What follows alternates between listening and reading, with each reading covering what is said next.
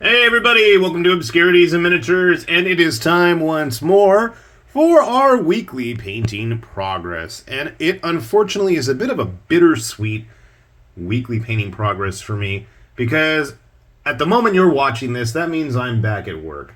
And while it's been a nice summer, it's kind of crazy because, as the saying goes, time flies when you're having fun.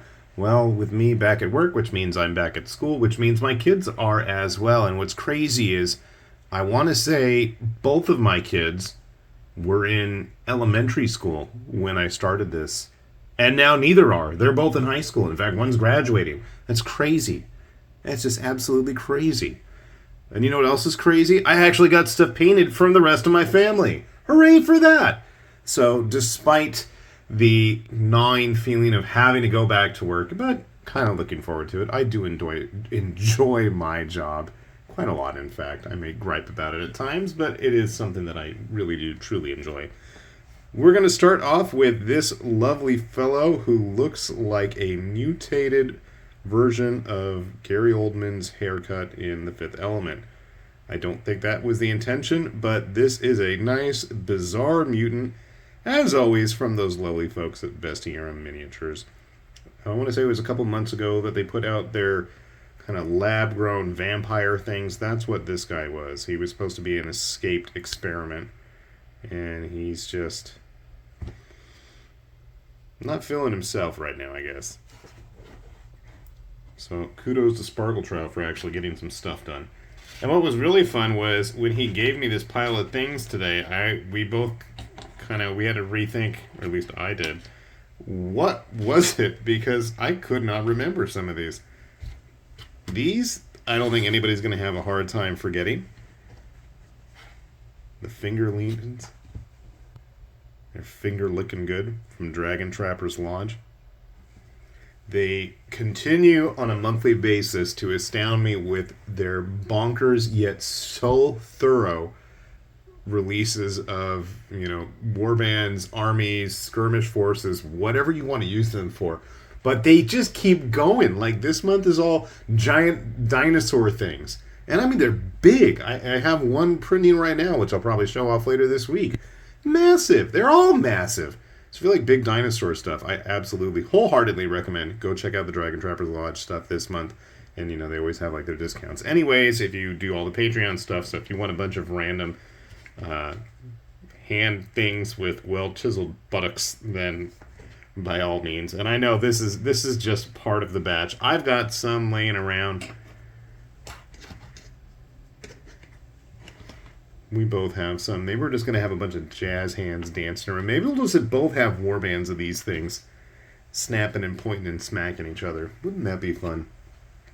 In fact, I had some rules I was going to give a spin on. It might be the perfect thing. Just find the weirdest models that we could dig out of our collections. I know Sparkle Trout was bugging me about wanting to sit down and play something, so maybe we'll do that. Alright, next up from him is this Gladiator, which he informs me is from Wargames Atlantic Digital. Right? I don't think they've done a physical release of any Gladiators yet. And I don't know if he was a single piece or if he built them himself. I cannot recall. Maybe he'll remind me in the comments down below. But it came out pretty solid. And if he can ever, someday, or if somebody wants that, point him in the right direction for getting some help on how to get his stinking printer fixed, we really need a Coliseum. And I've got those Lovecraft Designs did a Gladiator Kickstarter a while back. And I've got all the files. We need a gladiatorial arena. I made the little stone one he printed out for me years ago, all painted up, but we need a proper arena. This guy came out pretty nice. It's funny. I have yet to actually, I think, do many videos on the Wargames Atlantic's digital stuff. I love Wargames Atlantic stuff, but my problem is every time I start, they have something new, and it's like the new shiny syndrome, and I just get completely distracted. And I've got piles of their stuff that's sitting around unfinished and needing to get done. So hopefully, one of these days, that'll actually happen. Let's see. We're still not done with his. All right, this is one that I was almost sure of, but not 100%, and I was correct, though. This was one of the Titanforge models, obviously based on the old Westwood Studios Dune game. I could not tell you because I never played it. I did play plenty of Command and Conquer, but I never played their Dune games. Which house this would have been. That heavy armor makes me think Sardaukar, but if I'm saying it right, it's been a while since I read Dune, and I did not watch the newest movies.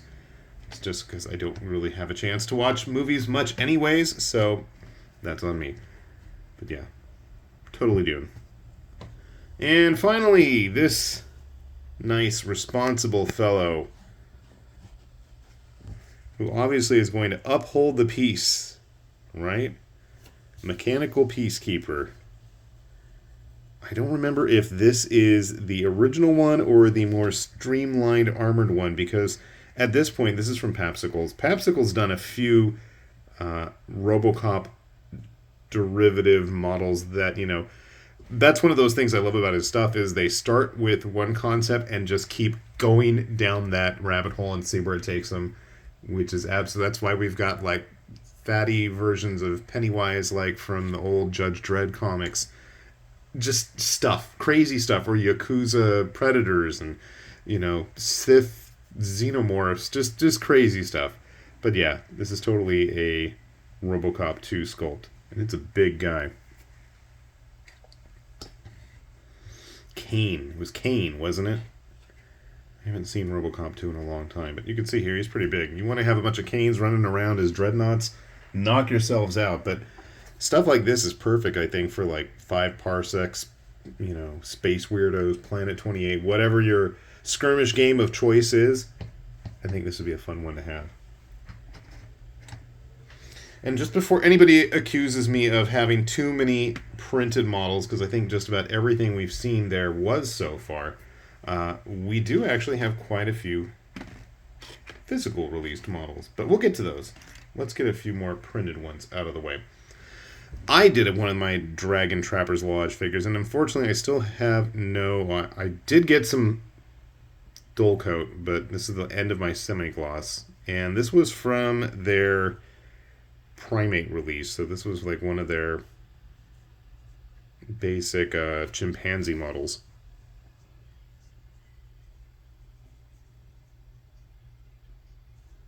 And it came out okay.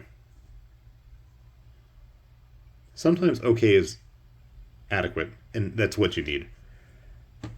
Sometimes it doesn't need to be presentation perfect. And then I did this guy. I want to say he was called the Torturer or something. You can see he's got some tools of the trade there on his belt. This was a Titanforge model, and I've had a soft spot for many years for war priests, those types of models. And so when I saw this guy, I had to go ahead and print him. And with that crazy back pull of his, kind of gave me vibes of an earlier Titanforge model that we'd seen.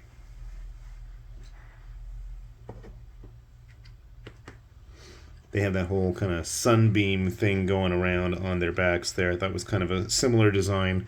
Of course, the colors don't match, but that's okay. They're big models, but that is one of the nice things is Titanforge does all their stuff at both 32 and 28 millimeter. So if you want things more in scale with traditional fantasy models, that is something that they have available, because you can see here there's a bit of a size discrepancy going on there. And as I said, so I think that is officially the end of all of the printed stuff we did.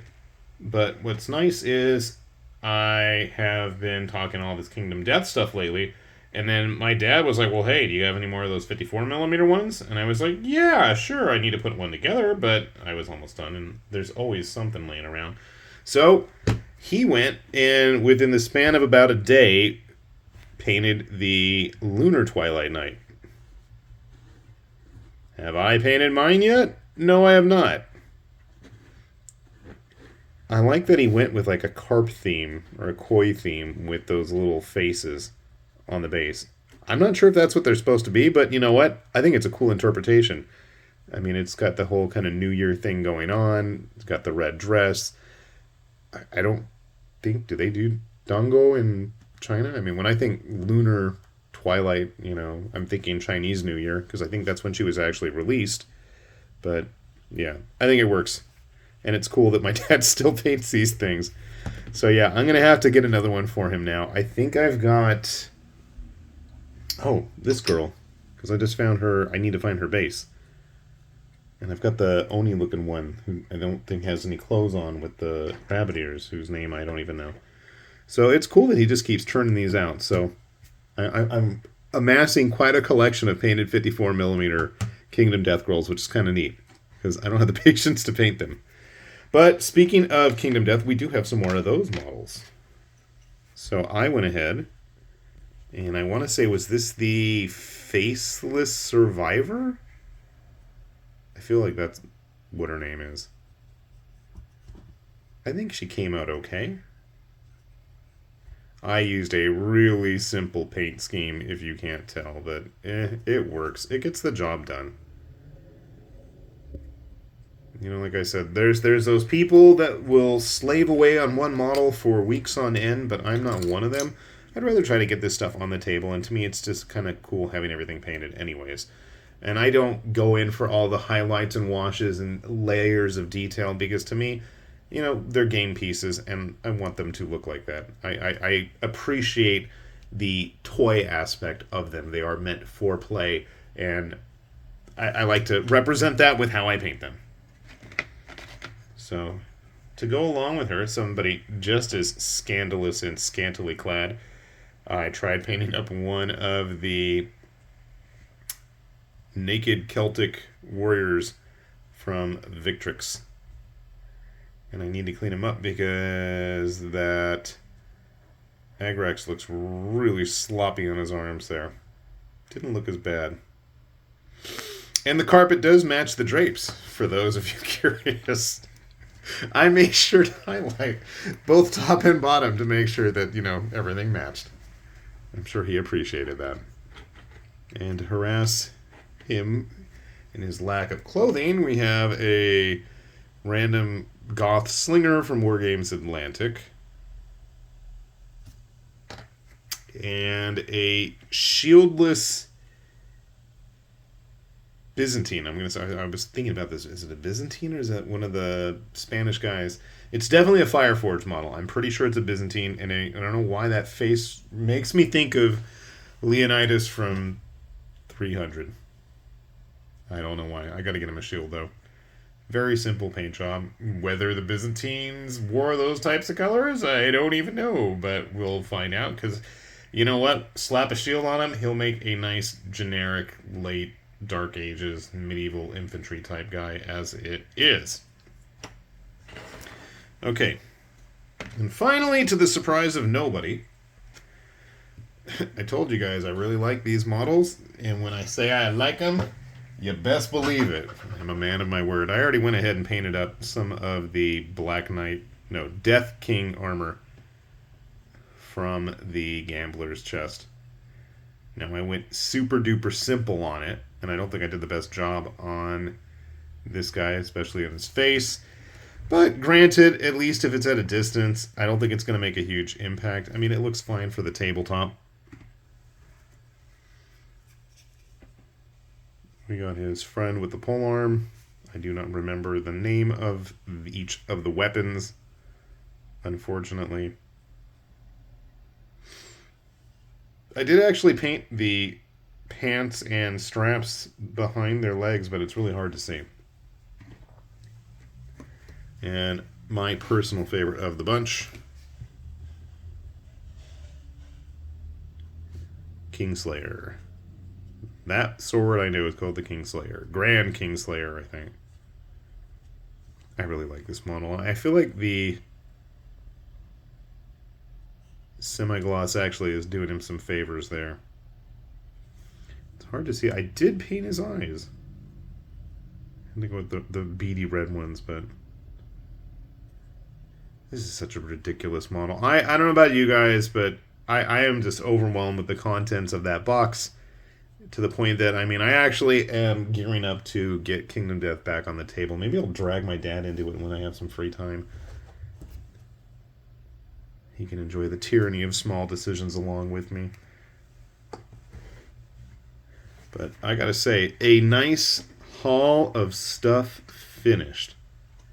And it's crazy because as I was putting things away, because when I start filming and go on a roll and get a lot of stuff done, I have a bad habit of not putting everything away on my table here. And it was getting really crowded, so I put all that stuff back, and my cabinet, my one and only cabinet, and I have shown you guys pictures of it. It's on Instagram probably. Maybe I put it on a short or reels or whatever they call those things. It's like maybe 2/3 now all Kingdom Death models. It's kind of wild. I think after I finish up that big Pit Lord from Bestiarum, my next big model is going to be, I'm going to finally paint my Dragon King. Not sure what color it's going to be, but we're going to get it done. Oh, shame on me. How could I forget the Twilight Knight?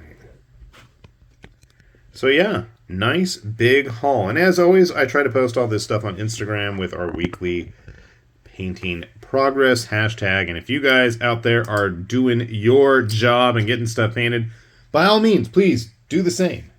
Put that weekly painting progress hashtag, or you can always tag me and I'll check it out. I love seeing what everybody else is doing, especially when it's not Golden Demon quality. I mean, not to knock those awesome artists, but it's nice to see stuff that looks cool for the table. And I mean, I follow a lot of artists that are leagues beyond what I can accomplish, and that's okay.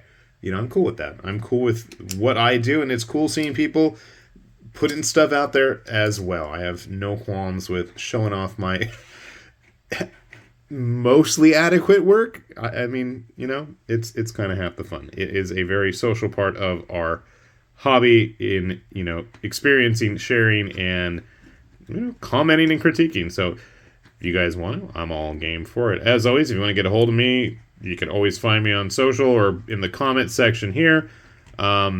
This is the once a week time I like to plug. We do have a Patreon. If you enjoy the channel and you want to help support us, that'd be awesome. But otherwise, I mean, we'll have links to all this stuff if you don't know where to find it, so you can enjoy and hopefully do a better job on it than me. And while I'm at it, if you guys have any suggestions on what I should put up next from that Gambler's Chest, because I'm like knee-deep in it at this point, let me know what you guys want to see. I'm thinking one of the monsters, but you guys tell me. I am at your service in that regard. So, with that said, then, this has been High Lord Tamberlane with Obscurities and Miniatures, saying thanks for watching, and we will see you back here soon. Bye-bye!